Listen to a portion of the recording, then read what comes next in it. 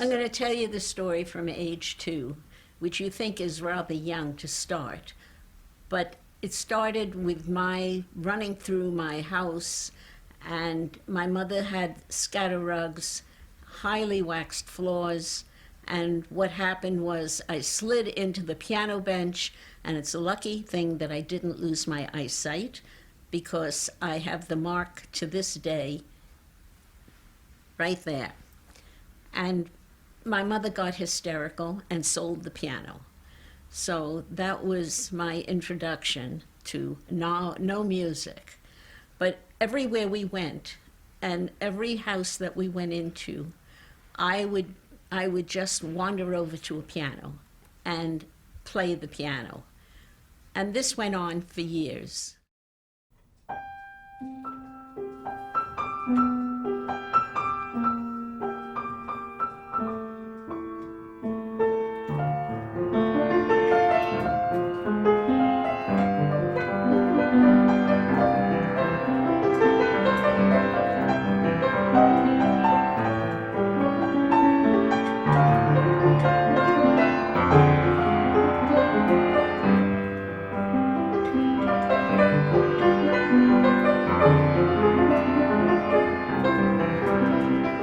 Until 1937, there was the World's Fair in New York, and my family and they took me to the World's Fair. And all of a sudden I disappeared. My mother didn't know where I was, but there was a soundbite over the microphone. Whose little girl is this? Would the parents or guardians come up and please take this little girl away? Well, this little girl was me, and I was playing the piano before 1,000 people. And my parents were appalled, but yet in a strange way, they were almost shocked. And then the salesman started berating all around us, and they wanted to sell my parents a piano for me. Well, that didn't happen until the age of 10. My parents wanted to be sure that I would be playing the piano. So at age 10 is when my formal study started. And my father, who was working on the east side of New York, he had an apothecary, and he was very much interested in what was around him, the history and so forth. And he entered me into this school called the Henry Street Settlement, which was a very fine school. In fact, one of the earliest in the United States at that time. So my formal music training began, and I performed and I played and I got theory, and it really was not easy for me, because I really they didn't know how to teach me. I had this acute ear, and most piano teachers don't know how to treat someone who has this kind of an ear, where I heard a melody line and then all of a sudden I hear the chords at the same time. So I can play the chords and the melody line as if I had been reading music. Well, that's the story there. Audrey is a very special lady to me. I love music of all kinds. And every Monday and Thursday at about 6 o'clock sharp, the piano keys start to dance. That is Audrey's way of letting us know she's ready to entertain us. What makes Audrey unique is she will ask the audience what they would like to hear her play. And even if they don't remember the whole title, if they just hum it, she can pick it up and take it from there. You'll notice my name is Requestfully Yours. I don't use any music. I have had 12 years of classical training. But when you use your music and you start thumbing through music, you've lost your audience already. So all I want you to do is, if you have a song, throw it out, call it. If I don't know it, I'll ask you to hum a few bars, and I promise you I'll get it. Audrey knows I love Elvis Presley and will often play a piece of his music for me, but not just one piece. She'll do 3 pieces in a row.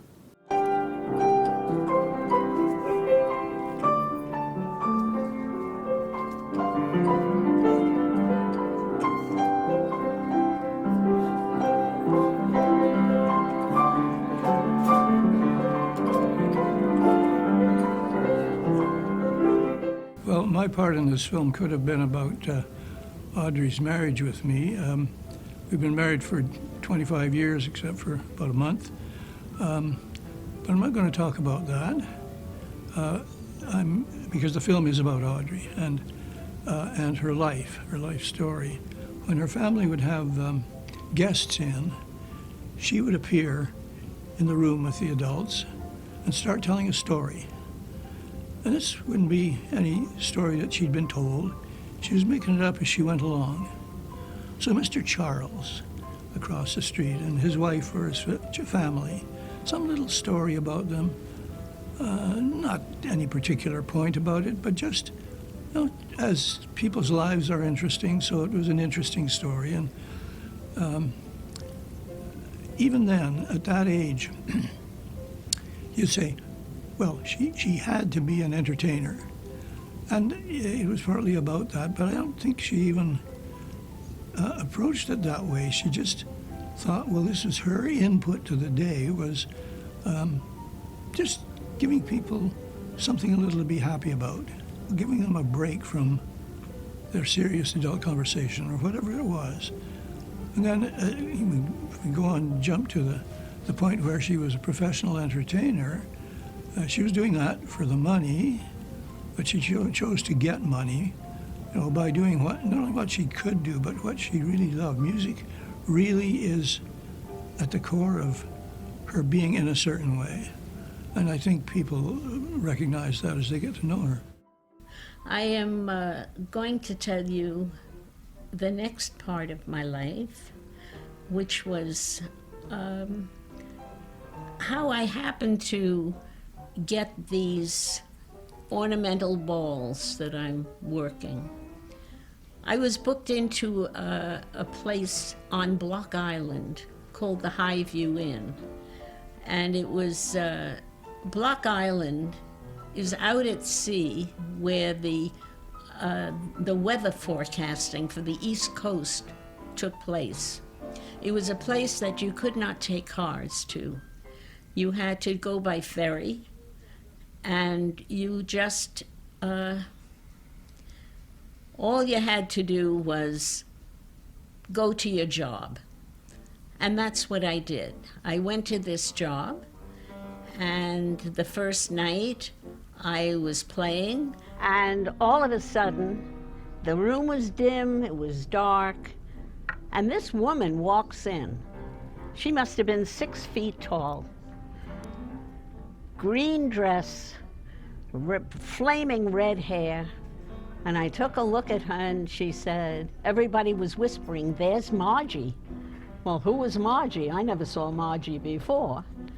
Well, Margie was there. She came up to me and she said, "Dearie, you're pretty good," she said. "I want to hear more about you," she says, "but you know what? You have to know what you're doing with an audience. You have to hold them in the palm of your hand within the first minute of your playing. The first 15 seconds, you got to get their attention." And she said, "Do something striking just to let them know that you're around, beside your piano playing." I said, "You're telling me all about what I should be doing, but who are you?" She says, "I've been in the burlesque and the follies for years." She says, "I'm 80 years old." Well, I didn't look at her face. I was too involved with her dress and her hair. And so she said, "You follow my instructions." I left that job that night and I went home because I lived in Massachusetts. This was Block Island. I was doing a lot of driving in those days. So I went home. Before I did, I went to a stationer. It was open late. And I bought a box of ping pong balls. And I went home and I sat my 3 children down and I said, now you're going to start painting. I said, you got to paint these balls. I want 2 balls of the same color. 1 set for each gown. So I had orange, I had red, I had blue. This is the only ones that are left, the blue ones. But my children did these. And my first husband, I figured I'd give him something to do since I wasn't home. And he lit them. He was an electrical engineer. And what I have here, I don't know if you can see it. Oh my goodness. Is it on? Oh, it went on for a second, yeah. There we go. It's on? Yeah. Okay. I want you to know about my lit balls. And I would have a dim room and I would walk in and that was it. I mean, I had the attention of the room right away. I had another funny experience with this woman. She had a boutique in town. And I was, one night, I was finished early, and of course I stayed over many nights because I didn't want to go home and then have to get the ferry in and so forth. So I came, I decided to take a walk after I was finished into her boutique, which was open. It was still open late at night. So she found a beautiful outfit, so I bought it. And the next night I decided I was going to go in and show her how this fit. And I went in and I wore this outfit and I started to wave to everybody, and unbeknownst to me, the whole top came off. And there I was, topless. And that wasn't exactly, they said, oh, look at Audrey. Well, that was the end of that. I never did that again.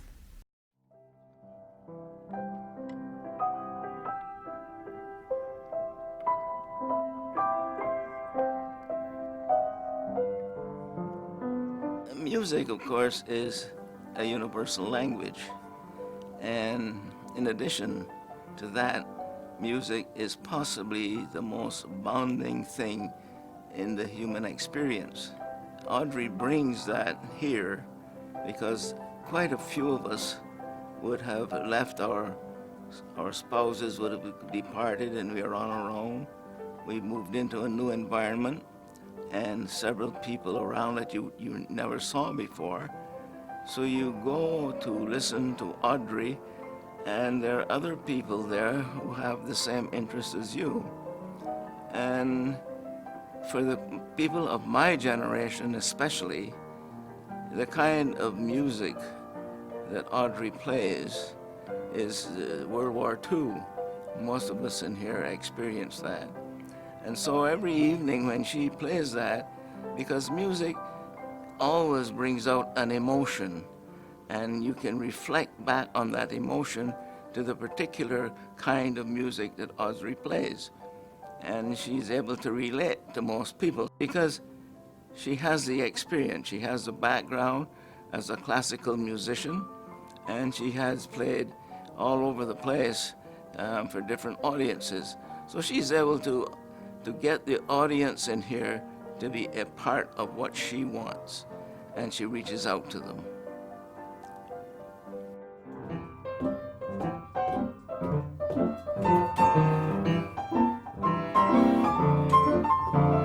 My husband had a research job to North Ireland, and I took the 3 children and myself.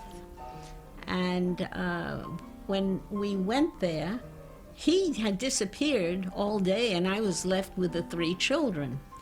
Well, these Irish people, I must say, are the most wonderful people in the world because they felt very sorry for me being saddled with these 3 kids, 2, 4, and 6, and my husband was nowhere to be seen.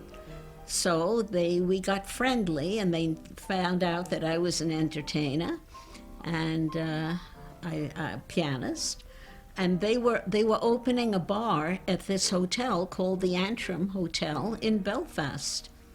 And she said, would you like to open it for us? And I said, I don't think I can. I said, I have 3 children.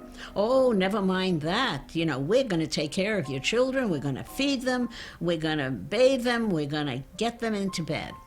You don't have to worry. All you have to do is play for us. They had never heard me. I said, well, what kind of songs? Oh, Irish songs, any kind of songs you want to do. When they're drinking, it doesn't matter, she says, just do it. Well, I did. And that's how I opened the bar in the Antrim Hotel in Belfast. I was not booked in, but I got the job, and it was wonderful. So I did that for a few days, and they watched the kids for a few days, and my husband disappeared somewhere, so it didn't matter. I was taken care of. I'm up in heaven when I'm in your fond embrace. I was invited to join a 3-piece trio, 3 women, and they needed a pianist. And this was in Boston.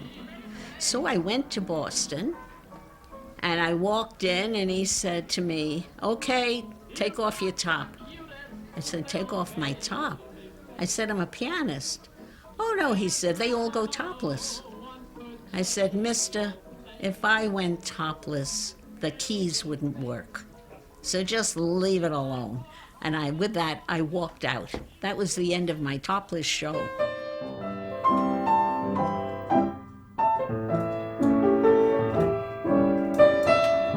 I was playing in Hyannis, the Kennedy's compound. And it was a lovely job. It was wonderful. But this guy was at the piano and he was ogling me. And I always stayed I was always put up in a motel if I wasn't put up in the hotel that I worked at. Well, this was just a resort. And so they booked me into this motel down the road. So this guy wanted to date me, and I said, look, I don't date. I said, this is my job, etc., etc. I'm just giving you a little human interest story here. I got into my car to drive back to the motel, and I noticed these headlights behind me, keeping pace with my car. And I never had a name on my license. I always used one name, never used a last name, and I used to use the moniker Requestfully Yours. And that was all I used.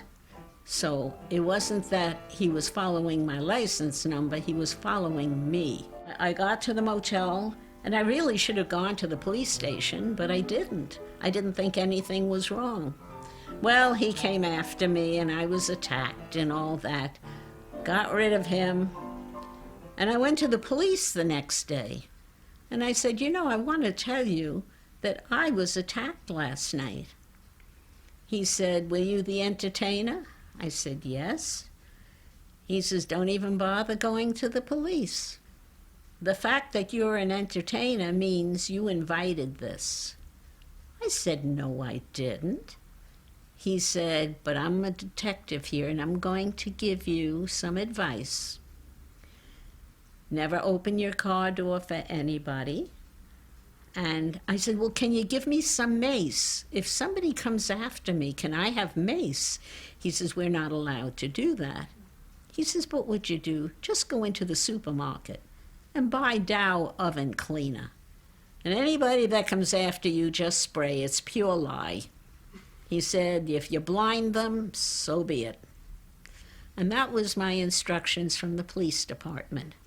Just get on your way, take care of yourself, and keep the Dow oven cleaner the side of your side. And that's it.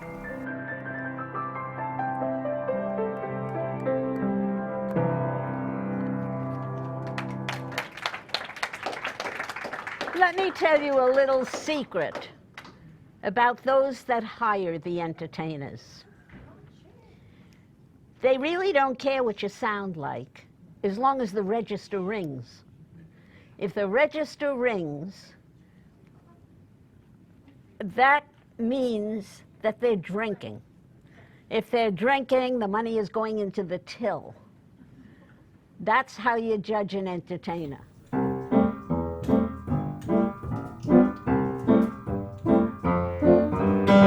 We moved up to Winnipeg. My husband got another job.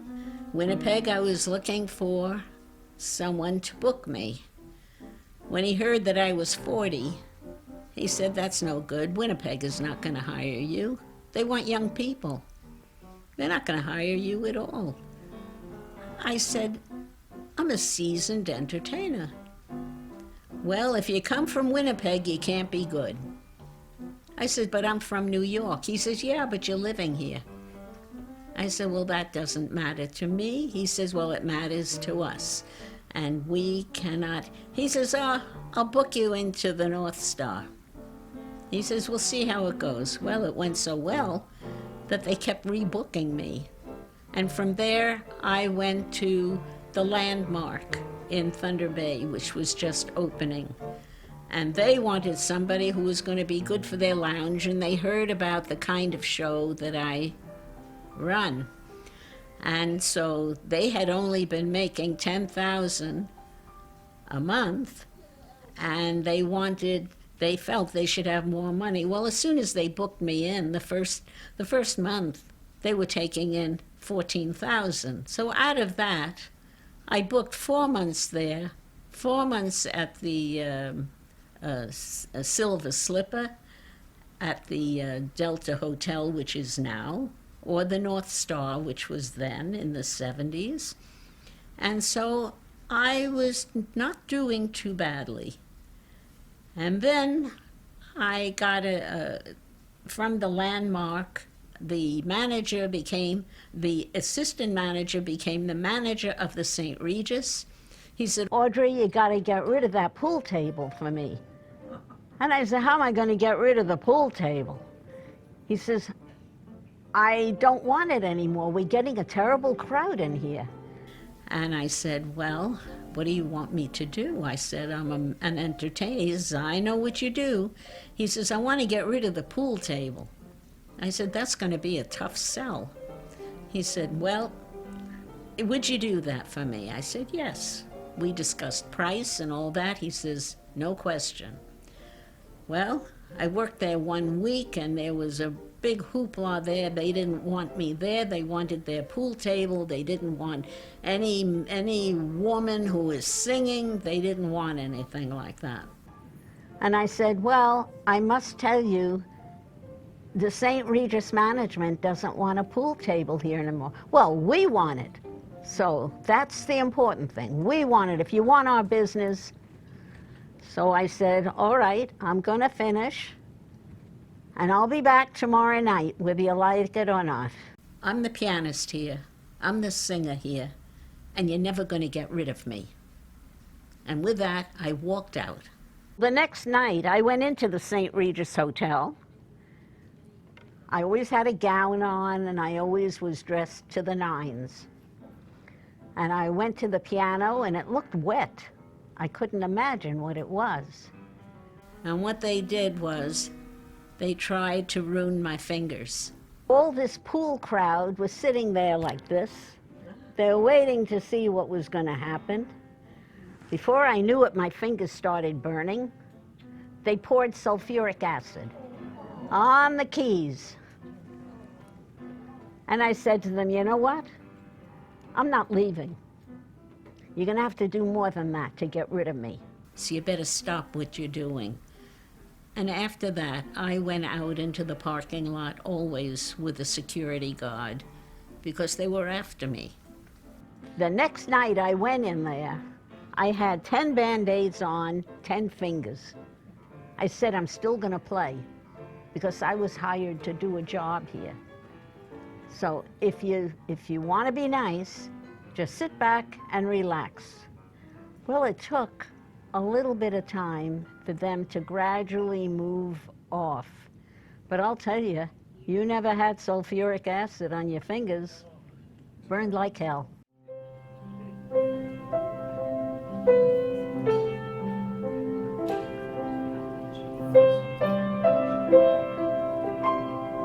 I was 6 months into Winnipeg. I would say roughly 6 months, when I got a telephone call from an agent manager who was in Beverly Hills, California, a man by the name of Stan Zucker.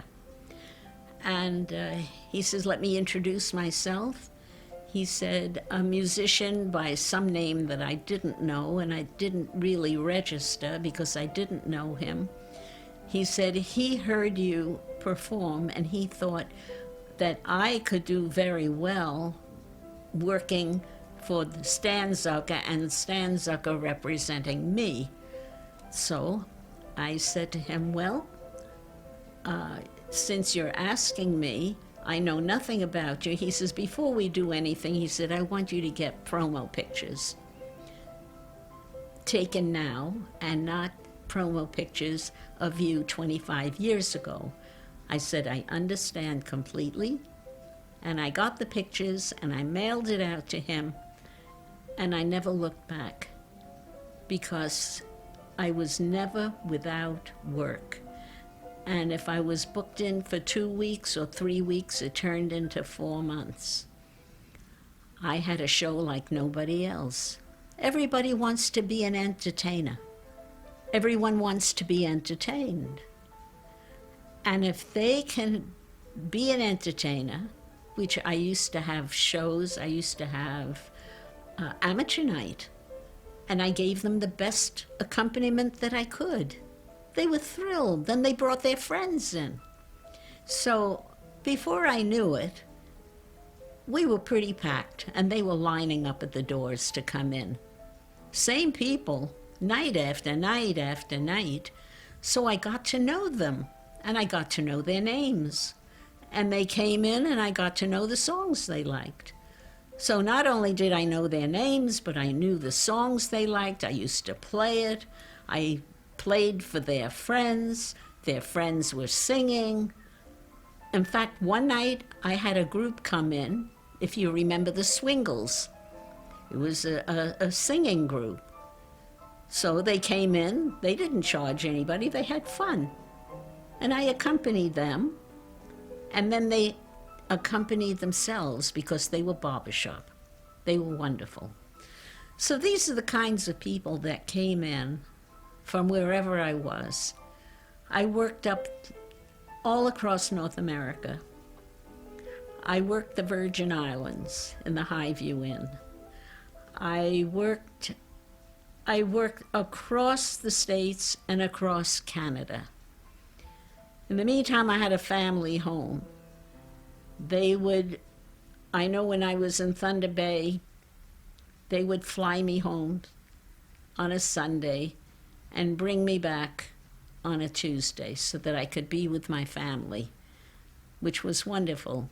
They kept rebooking me, and they were the only ones that really paid for airfare for me, but they wanted me to work for them, and so they took care of me, and I was very grateful for that. So I went as a one-woman show, got rid of the trio, got rid of the other instrumentalists, and I started to go by myself. And from there on, this is what I did, and it just evolved. I used to sing, tell stories. I worked 4 hours at a clip, and if they kept demanding more, they would throw money, they would do, after they're drinking so much, I wasn't going to say don't throw money. So they threw the money, and I just kept playing. Now, the bars in New York are open till 5 in the morning. They need 1 hour to sweep out, and then they open at 8. And that's when business began, 8 in the morning. And sometimes I played till 5 in the morning because they kept throwing the money. I wasn't going to leave. You wouldn't leave either. What was I going to do when I came off the road? The reason I was thinking of coming off the road is that I said to the children, if you ever have a problem, please call me.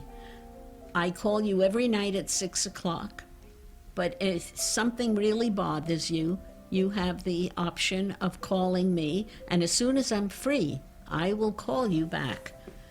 Well, 1 month, I should say, my telephone bill was $750. They were having problems, and they wanted their mother home. So I figured I gotta really think this out. And I called up my manager in California, and I said, this was 1976, I believe. And I said, I'm going to have to quit. He says, what? He says, you can't. He said, I'm at the point now, I want you to make a record. I said, if I make a record, I'm going to be home less and less and less. I can't do that. He said, and you know, to be honest, I really thought I could have years ago had you speak to or go on the Ed Sullivan Show. I said, you know, all this would have been wonderful, maybe if it was 10 years ago. I said, but I can't do it now. I just have to forfeit all of that. I said, I think I have to quit. And what I was thinking of is, what am I going to do? So I knew I wasn't happy with husband number one. I knew I had to divorce him. So I divorced him. And then I married number two. Number two turned out to be highly educated, but he was an alcoholic. He lasted 6 years. That was the end of that. And I figured, the hell with that. I'm going to get on with my life, and that's it. I have my children, and I'm going to be home, and what am I going to do? Anybody have a song? Page 1. What's page 1? Put your arms around me, honey. Right here.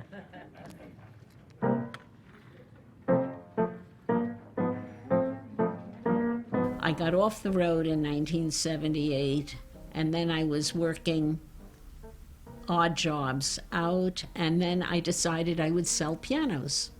And I did. I worked for 2 piano companies in Winnipeg, and while I was working the piano companies, I decided that I was thinking ahead.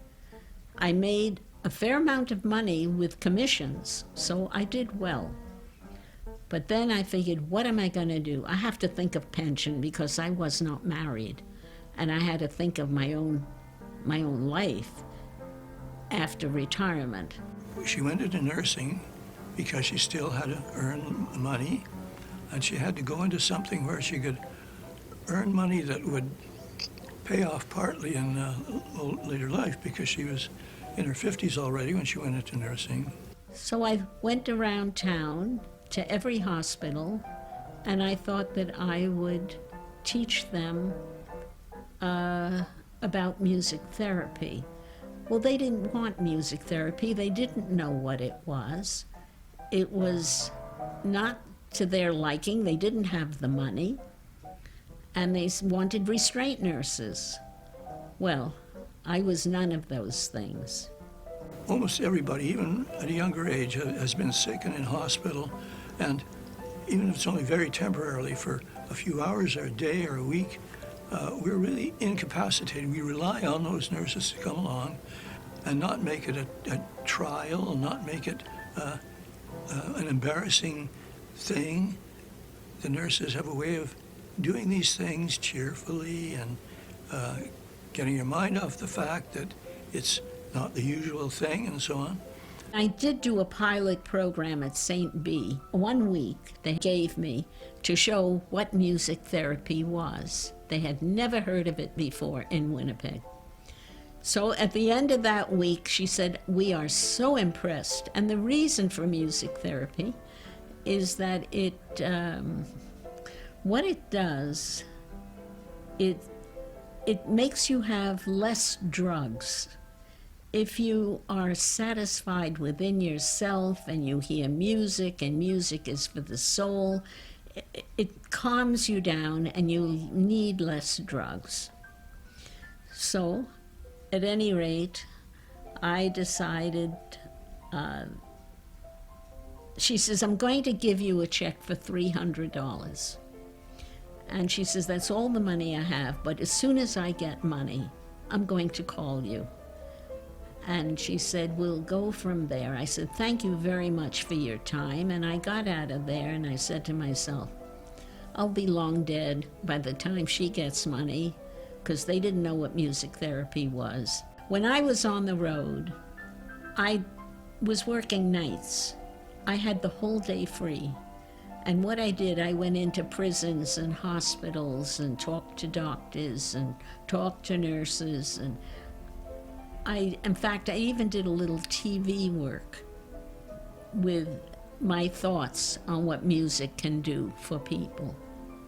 So with that in mind, I decided I would become an RN. And that's when I went to Misericordia, and they accepted me as a student. I was 51 years old. I graduated at 53, 157 enrolled, and 57 graduated, and I was one of the 57. So I found that I was very lucky. I worked very hard because I was the oldest in the class, and the rest were 19 and 20-year-olds. They were young.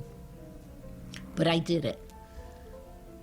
And then I started, after I got my RN, I called up this Ms. Abbott at St. Boniface, and I said, do you remember me? And she said, absolutely, I can't forget you. I said, well, I just got my RN. She said, you what? I said, yes, I did. I got my RN. She says, you know what? The fact that you went to get it, I'm hiring you right over the phone. You don't even have to come in for an interview. And with that, I worked in geriatrics for 10 years. And I got out of geriatrics at age 63. And John said, I'm going to take you away from all this. I met John 2.5 years prior to that, and we were good friends, and we traveled and we did things together. I'm not going to tell you what. But at any rate, John and I got married.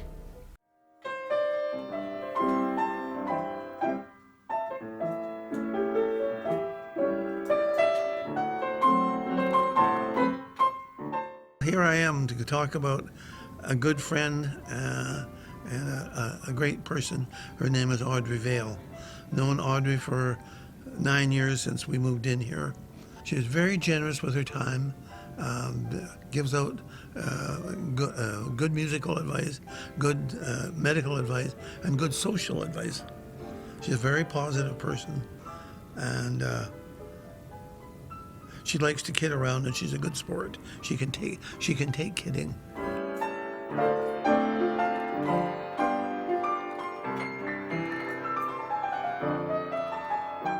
My name's Maureen, and my mom has lived here for a few years. And one of our joys is celebrating on Mondays and Thursdays with Audrey. It's a great way to build community and to bring joy not only to our family, but to guests that we bring in, and to build community with the people here at the residency.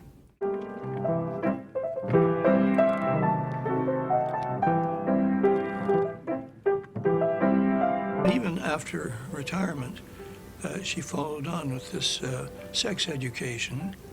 And she was first on the crisis line. And so people would call in with all kinds of problems. And it was always, no big deal saving their lives or changing their thinking in a major way. But just to do them a little bit of good in this aspect of their lives, maybe to have informed them enough that they could, be a little better off in their lives. When I retired, I decided I did not want to just stay home, because John is a professor of physics. He was for 40 years, and he was still continuing at the university. And I just didn't want to do volunteer too much in the nursing homes at that time. I had done that a lot. I went to the village clinic, and now it's called the 9 Circles. But I took a course of 50 hours, and it was teaching me what to look for. Who knows this one?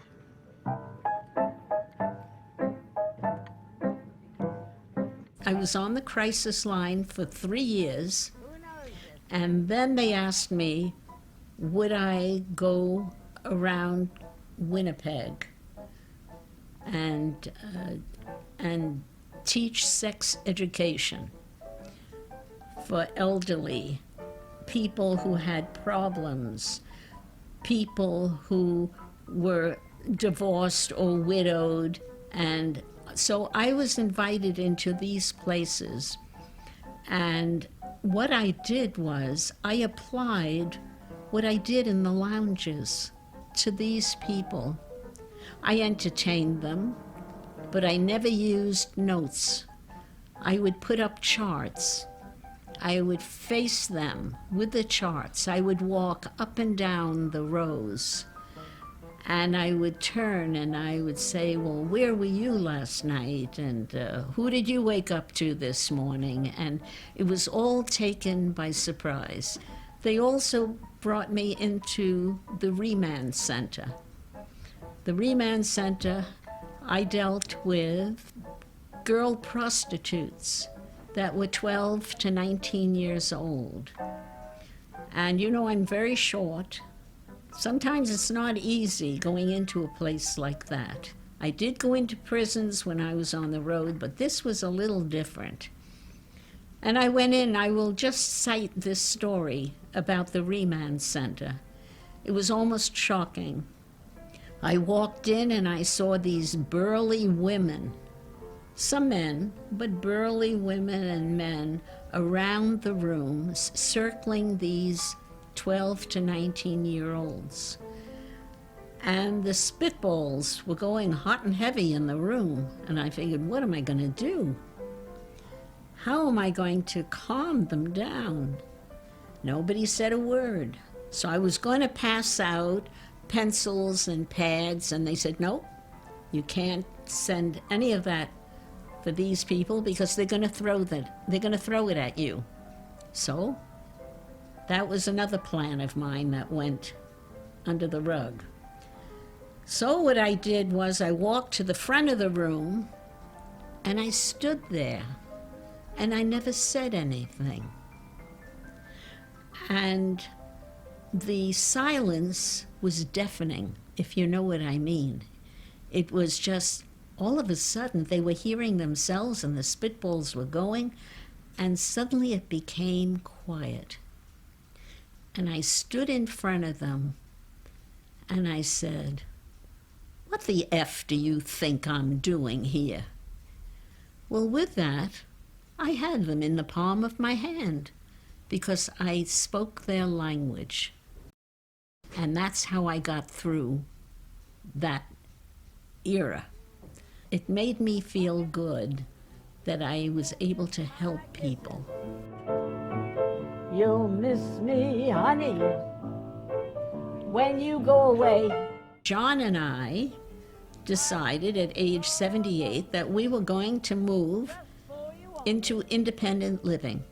We figured it was time. One of my neighbors said, don't wait till you have to do it. Do it while you have your strength. We decided to do it.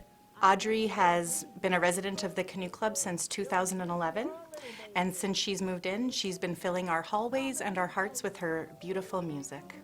Music is so important to our community and to our residents. We are so thankful that Audrey provides us with that Monday and Thursday evenings after dinner in the bistro.